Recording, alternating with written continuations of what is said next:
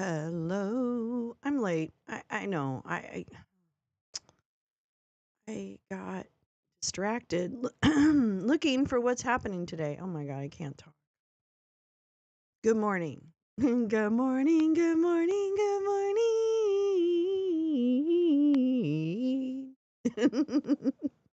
It's a crazy morning and a crazy, crazy day. It's a crazy morning and a crazier day. Ooh, yes, it is.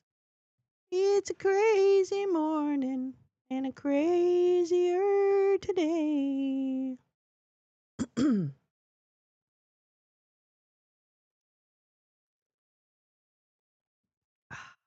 It's a crazy morning.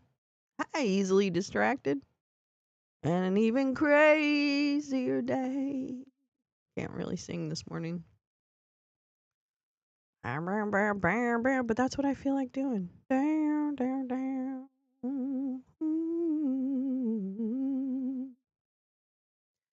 Anyway, happy Tuesday. Happy Tuesday. Hope everyone got some good sleep. I did. I got some good sleep. Oh, I think I'm like sitting in the bottom of a hole. Hold on to your love. Hold on to your love. It's very important. Oops, sideways. Okay, I think that's better. It's a little more like not my neck. Yeah. Feeling better today? Let's do this.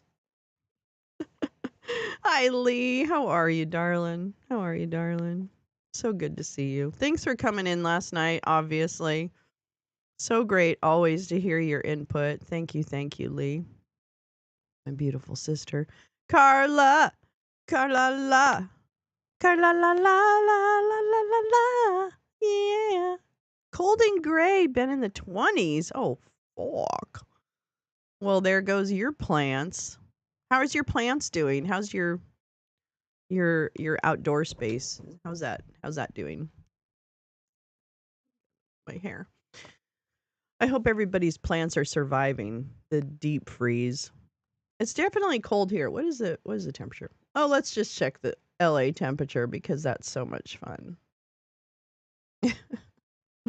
Oh, it's going to be sunny and perfect again. No, it's not. It's 53 degrees right now. But here in East Hollywood, plants are done. None till spring. Ah, there you go. That must be kind of like almost kind of satisfying. Like it's time, the plants down. Da da da da da. Lee, reading about China blocking the export of critical minerals, the battle over 70. Oh, are you reading like trade issues about trade pieces about it? Winter has definitely arrived in Michigan. Yeah. I mean, all my plants are Russian. Da da boom. 27. It's kind of cold for you, isn't it, Paul? Isn't that kind of cold? Isn't that kind of chilly for you guys up there in the Northwest? I'm thinking.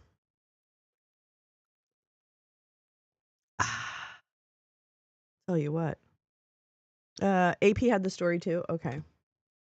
Let me see. I haven't checked the New York Times this morning. Maybe they picked something up. New York Times. New York Times. I said it's all about the 28. Oh my god. Oh my god. Oh my god. Okay, on Wednesday. So there's a lot going on the next couple days. Tomorrow we're going to hear the Supreme Court argue a transgender rights case, which is going to be very interesting and very important. There's a few things happening in Congress. I don't think they're really starting today. I think I've got most of the things set up for tomorrow and Thursday. Then there's like a commission on the assassination attempt. And I also want to read to you this morning. Good morning, Hags. I want to read to you this morning about what's happening in the Philippines with Duterte, the vice president, and what she's been doing up to. It's a pretty wild story, so we'll do that. Let's see. But I think it's mostly today I'm going to be reading things to you. I don't think I might have a couple things to show, but I do have mostly a lot of reading stuff. South Korean leader declares martial law. Wait a minute. Oh, hold on, please. Okay, hold on. We're starting the news early, I guess, today, because everybody's in the fucking tizzy.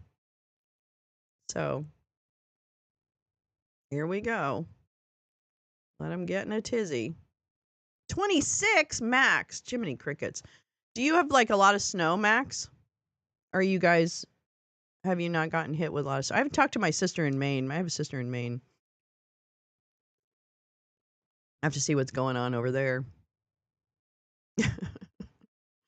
All right. Well, look at this, guys. Look this. What's this? What's this? I sure wish we could read this, but still have the fire on the screen. You know what I mean? Okay, maybe I could do this. Let's cover some stuff. Let's see. Asia, other than China, normally not in my radar. Appreciate your coverage. Oh my gosh, me either. And when I found the Philippines stuff last night, I'm like, oh, this is such an interesting story. So I will go over the Philippine stuff. Let's start with this, which I guess is breaking news. I'm not sure, but we'll see what's going on here. And my area missed the snow dump, but another expected tomorrow. Oh man, Max. Hi, Carrie. Welcome. How you doing, darling? Easily 19. Okay, you win. Or lose, however you want to put it. Oops, that's the wrong one. Oh, come on. I hope you guys are okay with the snow. I hope you have your oil tanks are full. I always remember my oil tank in Maine. If it wasn't, I remember there were times when I couldn't afford an oil fill. Yes, I do. I remember that. Oh boy, that was just very nerve-wracking. The need for oil to keep everything functioning during winter. That really kind of got to me. 27 in Southeast Michigan. Today's high is 35. You know, I actually like the cold. Like I was thinking about that. Like I just really like the cold. I don't mind cold. I don't like snowy ice. I don't like to have to travel in ice and stuff like that, but I don't mind like cold weather. I don't need to have it be sunny all the time. No. It's cold here. I mean, I'm cold, but I mean, I have a sweater on. It's cold. We're all cold. All right. Well, let's leave it. Let's read about this guy. Cuz you want to know someone who's having a worse day than you is this guy. Okay? Here we go. Let me get this big. So we'll read this. Good morning, Badger, Badger, Badger. Oh, your heated bird bath. I think that's the sweetest gesture, Lee, is to have a heated bird bath. That is the sweetest. Your house would be my favorite. I would go to your house. Note to self, if you become a bird, please move to Michigan so that Lee can take care of you in her heated bird bath. Freezing snow is really pretty, but it's a pain in the ass to drive in. Good morning. Good morning. I know. Lucky tweeters. All right. Live update. South Korean leader declares martial law. Updated 5 minutes ago. President Yoon Suk-yeol, I don't know how to say his name and I really apologize. If anyone knows, let me know. Referred to a threat posed by anti-state forces and criticized attempts by the opposition to impeach him. If you have a good source, you should also have water. Need Gen G's feeder cam. Yes. Yes. That's such a good thing. Send my crows back. I have crows too. We have crows here. Food source. Oh, you mean food source. Yeah, I get what you mean. All right. A TV screen. Here are the latest developments in South Korea. President Yoon Suk-yeol of South Korea declared emergency martial law on Tuesday, accusing the opposition of plotting insurgency and trying to overthrow the free democracy. Wait, what? It was the first time a South Korean president had declared martial law since the military dictatorship ended in the country in the late 1980s. Mr. Yoon, who was elected president in 2022, has been in near constant political standoff with opposition, which controls parliament. In a nationally televised speech on Tuesday night, Mr. Yoon denounced the opposition for repeatedly using its majority in the National Assembly to impeach members of his cabinet and block the passage of his government's budget plans. This has paralyzed the administration, Mr. Yoon said. The National Assembly, which should have been the foundation of free democracy, has become a monster that destroys it. South Korea news channels are replaying the president's speech, which happened about an hour ago. It's unclear exactly what martial law entails and what would immediately change in South Korea, but opposition lawmakers are already denouncing the president. Yeah. Mockingbirds in LA doing the car. I haven't heard that. They are everywhere. Crows are everywhere. In a live stream, Lee Jae-myung, the South Korean opposition leader, asked citizens to congregate at the National Assembly while on his way there himself. There's no reason to declare martial law. We cannot let the military rule this country, he said. President Yoon Suk-yeol has betrayed the people. President Yoon's illegal declaration of emergency martial law is null and void. From this moment on, Mr. Yoon is no longer the president of South Korea. Wow. Well. It's a desperate time. The fate of the country is at stake, Lee, the opposition leader, said in the live stream, calling the martial law declaration illegal, unconstitutional, and contrary to the people's will. Let's see. President Yoon, during an unannounced address to the nation, claimed that the situation of his country was made so precarious by what he called pro-North Korean and anti-state forces that it was like a candle before a storm. I'm declaring martial law to protect a free South Korea from the North Korean communist forces, eliminate shameless pro-North Korean and anti-state forces that prey upon the freedom and happiness of our people, and protect the free constitutional order, he said. I will rebuild and protect South Korea from ruin and despair through martial law. Well, that's interesting. My. Yikes. Okay. Well, speaking of leaders in peril, let's go to the Philippines. Hold on, let me show you. Hold on, let me go to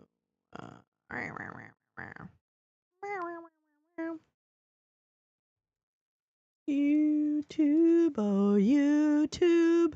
I love you. YouTube. You're so amazing. I think you're swell. And let's see what I have in the vault.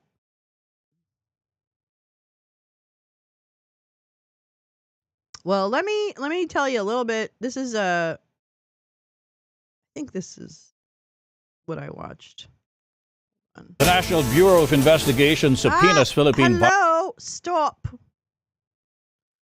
All right, here we go. Let me show you this. This is what I found last night when I was thinking about when I was looking for information about the Philippines and this Vice President Duterte, who is, I believe, I don't know how she's related, if at all, to Duterte, the former leader, but she is the vice president, and she is in a little bit of hot water here. So we're going to listen.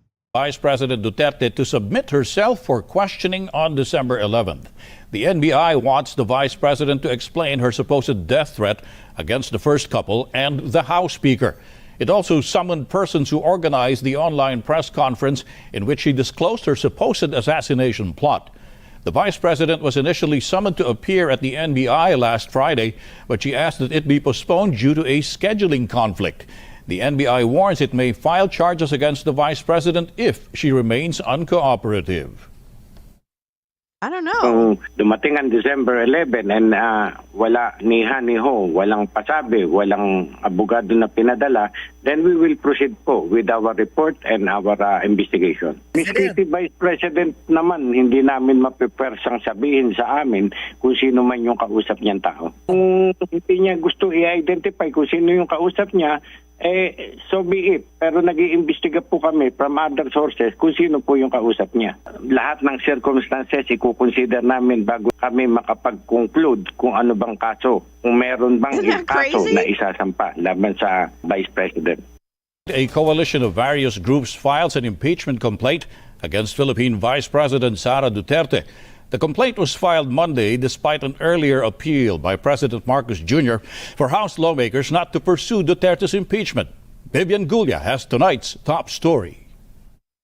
Sana po sa pamamagitan ng complaint na ito, maisara na natin yung bangungot na dulot ng ating pong Vice President sa taong bayan.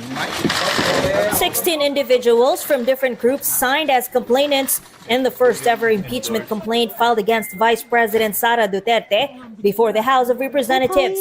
These include the presidential advisor on the peace process of former President Benigno Aquino III, Teresita Deles, former Magdalo Representative Gary Alejano, priests Flavie Villanueva and Robert Reyes, and a relative of Kian de los Santos, who was killed in the Duterte administration's drug war. Akbayan Party List Representative Percival Sendanya endorsed the impeachment complaint, which has 24 articles of impeachment.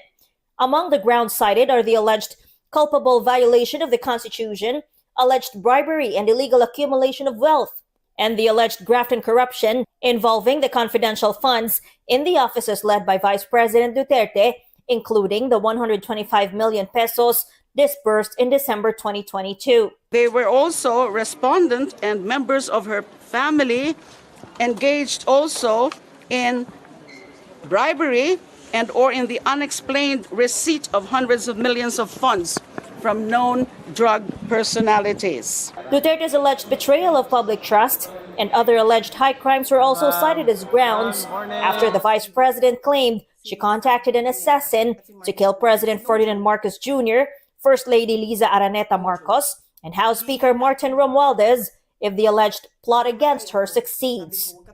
Because these are very unbecoming and these are actually betrayal of public trust because these are also high crimes. Yung kanyang mga threats doon sa latest na mga rant niya o kanyang mga meltdown. The complainants also cited as among the articles of impeachment the respondents' acts of coddling, defending, and otherwise acting as an enabler of Pastor Apollo Kibuloy. House Secretary General Reginald Velasco received the impeachment complaint at around 4:30 p.m.